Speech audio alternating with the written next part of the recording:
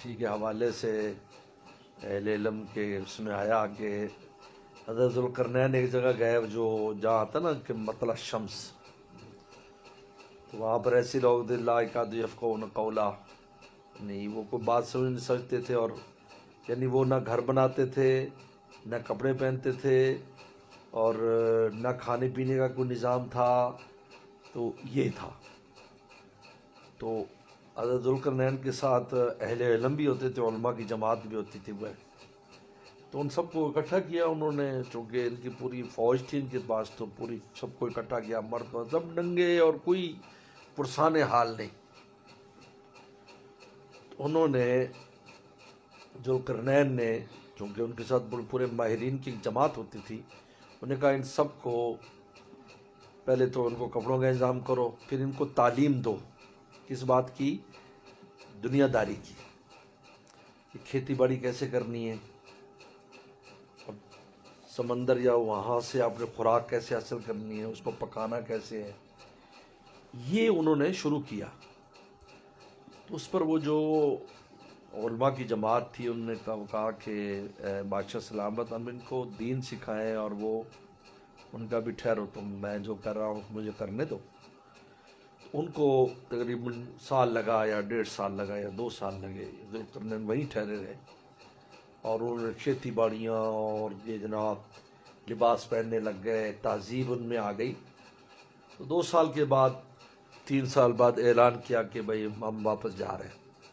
تو اب جان لگے تو سب جمع ہو کے کہنے لگے کہ آپ جس رب کی عبادت کرتے ہو ہمیں اس کا تعارف تو کراؤ نا، آخر انہوں نے اس رب نے آپ کو یہ سکھایا ہے، یہ سب کچھ ہمیں انسان آپ نے بنا دیا۔ تو انہیں پھر ان علماء کو بلایا کہ دیکھو ان میں اب طلب پیدا ہو گئی، پہلے جب ان کے پیٹ میں کھانا آیا اور ان کی جسم پر لباس آیا، اب ان کو آخرت کی فکر بھی لگی۔ قاد الفقر یکون کفرا، فرمایا کہ فقر انسان کو کفر کر دیتا ہے، فقر کفر تک لے جاتا ہے۔ اس لیے حضور صلی اللہ علیہ وسلم نے صحابہ کو یہی تعلیم دی،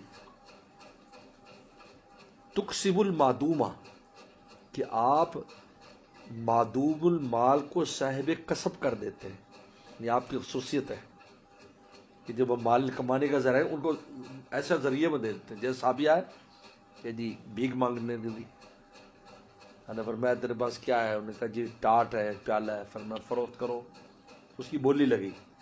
اسی سے مسئلہ آیا کہ بولی لگانا جائز ہے، بٹ جو نا اس حدیث کی وجہ سے، میں کون لے گا؟ انہوں نے کہا جی 1 درہم کا، ان کا اور کہوں کہ جی 2 کا، ٹھیک ہے لاؤ 2 درہم، اس کا ٹاٹ اور پیالہ بھیج دیا۔ تو میں کلہاڑی لے کے اور رسی لے کے آؤں، آپ نے خود دستہ مبارک اس میں خود ڈالا، آگے جو لکڑیاں کاٹو اور شہر میں فروخت کرو۔ کچھ دن کے بعد اس کے بعد 8-10 دراہم ہو گئے وسلم کے۔ یہ ایک تسل معدوم ہے، جب پیٹ میں انسان کے چارہ ہوتا ہے، حضرت شیخ فرماتے تھے اگر پیٹ میں کچھ نہ ہو تو دنیا کو لات ہی نہیں اٹھے گی لات مارنے کے لیے۔ تو وہ ساری قوم مسلمان ہو گئی یکدم، ان نے دین سیکھا۔ پھر علماء کی ڈیوٹی کہ اب ان کو دین سکھاؤ، اب ان میں طلب بھی پیدا ہوگی، کیونکہ ادھر سے فارغ والی ہوگی نا، راحت ہو گئی، اب ان کو اب دین سکھاؤ۔ اور ماشاءاللہ ساری، یعنی کہتے ہیں اول سے آخر تک سب مسلمان ہو گئے، اور ایک مسلمانوں کی بہت بڑی آبادی اس علاقے میں ڈیولپ ہو گئی، اور وہ پھر آگے اپنا نظام خود چلانے لگ گئے۔ کچھ اہل علم چھوڑ دیے ہوں گے جو ان کو مزید کتاب پڑھانے کے لیے، کتاب اللہ اور دوسری چیزیں پڑھانے کے لیے۔ یہ کتنی اہم بات ہے، اس لیے شریعت مطہرہ ہمیں دنیاوی معاملات میں سست ہونے کی اجازت نہیں دیتی، آپ ان میں سستی سے کام لیں۔ آپ کو اللہ نے جو بھی وسیلہ دیا ہے معیشت کا، اس کو اچھے سے اچھے طریقے پر کرو، آپ ضائع نہ کرو۔ میں تو اکثر ملازمین سے کہتا ہوں، ہمارے ہاں جو یہ جوتیوں کی دکان مشہور، کیا نام ہے جو ٹیلو والے 2 ہیں، ان میں 40 تقریباً بچے ہیں۔ میں کبھی ویسے جاتا ہوں تو ان میں تلقین کرتا ہوں، المال کو پتہ بھی نہیں، کہ دیکھو جتنے امانت دیانت سے کام کرو گے اور یہ کامیاب ہوگا، اس کا فائدہ تمہیں بھی پہنچے گا، یہ چلتا رہے گا سیٹ اپ، تمہیں تنخواہیں ملتی رہیں گی۔ پہلی بات تو یہ، ورنہ کلوز کر دیں گے اگر نقصان ہوگا اس میں۔ پھر تمہارے معیشت میں اضافہ بھی ہوگا، تمہاری تنخواہوں میں اضافہ بھی ہوگا۔ جیسے یہ ہوگا کہ تمہارے گھر بار، یہ نہ سمجھو کہ جی ہم کیوں کما کے اس کو دیں. یہ آج کل یہ ہمارے مزاج بنا ہوا ہے کہ ملازم کہتا ہے باس کو کیوں کما کے دیں، جی ٹھیک ہے جی ہوتا ہے ہو جائے. بھائی اس تجھے نہیں فائدہ پہنچ رہا اس کا. حضرت عمر رضی اللہ تعالیٰ عنہ تو بارڈر پر رہنے والے گاؤں دیہات کے لوگوں کے بارے میں گورنر کو لکھا، جبائے علیہ السلام یہ وہ لوگ ہیں جو اسلام کا خزانہ ہے. یہ لکھا کیوں؟ اس لیے کہ ایک تو خود جو مویشی پالتے تھے تو اس میں سے حصہ بیت المال کو آتا اوشر، اور دوسرا وہاں پر جو کفار تھے ان سے جب جزیہ وصول کیا جاتا تو یہ ساتھ لگ جاتے، اس سے اوپر روب رہتے. یہاں تو فوج لے کے تو نہیں جاتا تھا، لیکن وہ اس کے ساتھ شامل ہو جاتے، تلواریں ڈنڈے سوٹے لے کے جاتے، ان سب سے جزیہ وصول کا. جبائے علیہ السلام یعنی یہ اسلام کا ذریعہ ہے، اسلام کے مال پانی کا ذریعہ ہے. لوگ کتنی ان کی اہمیت دی گورنروں کو. تو لہذا اگر ایک آدمی ملازم ہے اور وہ اچھا طریقے پر کام کرتا ہے اس کا فائدہ لوٹ کر اس کو بھی پہنچے گا. جو باس ہے اس کو جبایا سمجھنا چاہیے کہ یہ میرا خزانہ ہے، اس کو اس کا خیال کرنا چاہیے، دونوں کو دوسرے کا خیال کرنا چاہیے. تو اس سے ذوالقرنین کی اب سی بات سے یاد آیا کہ انہوں نے ان کو پہلے جہاں بانی سکھائی کہ دنیا چاہتے حضور صلی اللہ علیہ وسلم کی ہم سیرت میں یہی دیکھتے ہیں. آپ نے حضرات صاحب کرام کی تجارت میں حوصلہ افزائی پر بازار تشریف لے جاتے، اور تاجروں کا نام سمسار تھا. سمسار کہا جاتا ہے ایجنٹ کو. آپ نے پسند نہیں فرمایا ہے، ایجنٹ ہی نہیں، تجار. فرمایا کہ تم تجار، تم سماسرہ نہیں ہو، تم تجار ہو. یعنی نام ہٹا دیا اور ان کا تاجر نام رکھ دیا، جو ایک مقدس اور محترم نام ہے جس کا کتابوں کے اندر دینی کتابوں میں پہلے سے تذکرہ آ رہا ہے. سمسار ہٹا دیا. سمسار میں ایجنٹ تو بیچ میں واسطہ ہوتا ہے، اور ایجنٹ دوسروں کی گندے کاموں کے اندر بھی استعمال ہوتے ہیں جس کو دلال کہتے ہیں. میں نہیں، تم تجارن، تم تاجر ہو، یہاں سے مال لے کر نفع کے ساتھ یہاں بیچ دیتے ہو، تم تجارت کرتے ہو. خود تشریف لے جاتے، حوصلہ افزائی فرماتے. وہ جو حضرت ظاہر کا ذکر آتا ہے، ظاہر نام ہے ان کا، کہ وہ وسلم کے پاس آتے تو پہلے لکڑیاں بیچتے تھے. تو وسلم کے گھر میں لکڑیاں دیتے پہلے تھوڑی سی، باقی بازار میں. تو آپ کو اتنی اس سے محبت تھی کہ آپ خود بازار تشریف لے گئے. وہ لکڑیاں بیچ رہے تھے تو ان کے آنکھ پر ہاتھ رکھ لی. تو پہلے تو انہوں نے کہا کہ من انت ارسلنی، تو کون ہے مجھے چھوڑ دے. پھر بعد میں وسلم کی جو خوشبو آئی نا خاص، تو اپنے پیچھے وسلم کے سینے سے ملنے لگ گیا. اللہ نے فرمایا تھا جس کا جسم میرے جسم کے ساتھ حالت ایمان میں مس ہو جائے اس پر دو کرام. سوچنے کی بات ہے، صحابہ وسلم سے مسافر دو ہاتھ سے لیتے ہوں گے، یہ ایک ہاتھ سے؟ وہ تو دو ہاتھ سے لیتے ہیں. وہ تو وسلم کا ہاتھ پکڑ کر چہرے پر ملتے تھے صحابہ، اور سینے پر ملتے تھے. میں نے حضرت شیخ کے ساتھ سنت پر کا حضرت حدیث میں آتا، اپنا ہاتھ دیں مجھے بھی. میں نے چہرے پر سینے پر ملا آپ نے، کیونکہ آپ نے فرمایا کہ جس کا مس کر جائے گا دوزخ حرام ہے اس پر.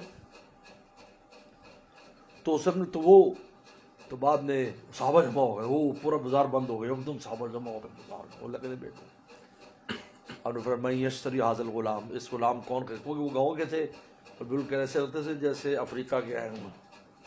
کون غلام خریدے جا؟ انہوں نے کہا اللہ کے نبی صلی اللہ علیہ وسلم.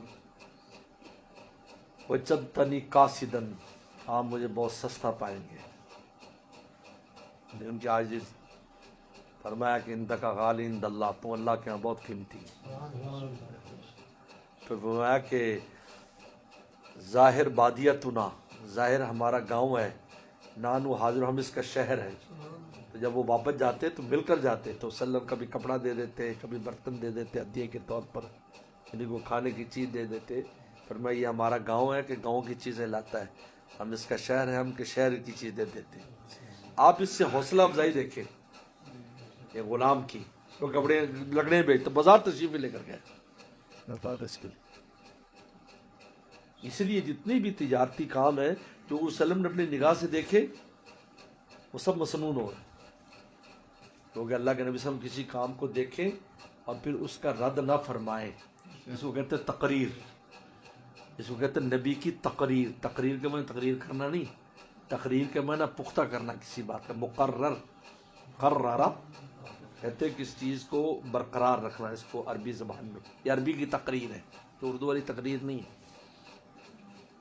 اس کو کہتے یہ بھی سنت بن جاتی، لہٰذا یہ پیشے سارے وسلم کی نگاہ سے گزرے، کوئی لکڑی بیچ رہا ہے، کوئی کپڑا بیچ رہا ہے، کوئی جانور بیچ رہا ہے، کوئی جو ہے نا وہ اناج بیچ رہا ہے، وسلم بازار میں جاتے تھے اور سب کو دیکھتے تھے اور ان کو ہدایت فرماتے تھے کہ تاجر الصدوق الامین، وہ تاجر جو سچا ہو، امانت دار ہو، من نبیین و صدیقین و شہداء و صالحین، قیامت کے دن انبیاء کے ساتھ ہوگا، صدیقین کے ساتھ، شہداء و صالحین کے ساتھ ہوگا۔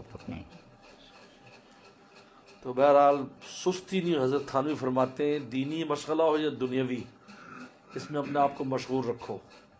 اور میں دنیاوی مشغلے میں کوئی مشغول ہے، دنیاوی مشغلے میں بھی وہ بھی اس وقت گناہ سے بچا ہوتا ہے جب وہ مشغلے میں لگا ہوا ہے، اس کو گناہ کا وسوسہ بھی نہیں آتا، اور یہ اللہ کو مطلوب ہے کہ گناہ ہمیں شیطان نہ پکڑے، اس وقت شیطان کے ہاتھ نہیں آتا کیونکہ وہ کام میں لگا ہوا ہے۔ اگر وہ ادھر ادھر سوچے گا تو اپنے ہاتھ پہ یہ کلاڑی مار لے گا یا توڑی مار لے گا، جو بھی اگر کینچ پہ مار رہا اور ادھر ادھر چلا جائے کینچ کا ذہن تو کہاں مارے گا، وہ یہیں مار لے گا نا۔ لکڑی کاٹنے والا جو ہے درخت کے اوپر بے دھیانی میں اسی کو شاخ کو کاٹ کے نیچے گر گیا۔ حضرت تھانوی فرماتے رحم اللہ کہ اگر دین میں مشغول ہے دنیاوی میں، وہ بھی نعمت ہے، اس لیے کہ اس وقت گناہ سے بچا، اور گناہ سے بچنا یہی مطلوب ہے ہماری زندگی کا، کہ ایسے لمحات ہمیں میسر ہو زندگی میں ہم سے گناہ نہ ہو۔ اس وقت چلو دنیاوی کام میں لگے، تو دنیا کا کام بھی ہمارا آخرت کا ہے، ہمارے بال بچوں کے لیے ہے، رزق حلال ہے۔ کاسب حبیب اللہ، کاسب بھی اللہ کا دوست ہے جو کسب کرتا ہے۔ یہ